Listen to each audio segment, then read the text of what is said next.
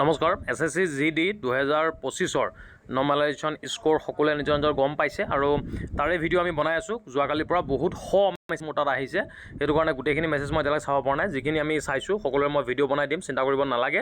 এইখিনি ৰেকৰ্ড তোমালোকৰ জীৱনৰ কাৰণে থাকি যাব যে তুমি কিমান নম্বৰ পাইছিলা, কিমান নম্বৰ তুমি চাকৰি পালা আৰু কোনটো ভুলৰ কাৰণে তুমি এইবাৰ চাকৰি নাপালা, নেক্সট টাইম তুমি ট্ৰাই কৰিব লাগিব। সেই বিষয়ে আমি সকলোকে ডিটেইল জনাই আছোঁ। আৰু কথাটো হ'ল কি, এওঁৰ মাৰ্ক কমিছে। ৰ স্ক'ৰ আছিলে 88 আৰু নৰ্মেলাইজেশ্যন স্ক'ৰ হৈছে 82। তেওঁৰ 6 নম্বৰ মাইনাছ হৈ গ'ল, তোমালোকে দেখাই পাইছা। আৰু বীৰবল, তেওঁৰ নাম বীৰবল, নক্সল ডিষ্ট্ৰিক্ট হয়, বৰ্ডাৰ ডিষ্ট্ৰিক্ট নহয়, কামৰূপ মেট্ৰ'পলিটান। এতিয়া কথাটো হ'ল কি, এই যিটো মাৰ্ক কমিছে হয়তো তেওঁৰ শ্বিফ্টটো ইজি আছিলে, যাৰ কাৰণে তেওঁৰ মাৰ্ক কমিছে। আৰু যাৰ শ্বিফ্টবিলাক হাৰ্ড আছিলে, এটা মেথছ আছে, এই মেথছটো আমাৰ দিয়া আছে, অফিচিয়েল নটিফিকেশ্যন যিটো আছে তাতে দিয়া আছে কোনটো মেথছ কৰি তেওঁলোকে এই নৰ্মেলাইজেশ্যন স্ক'ৰটো উলিয়ায়।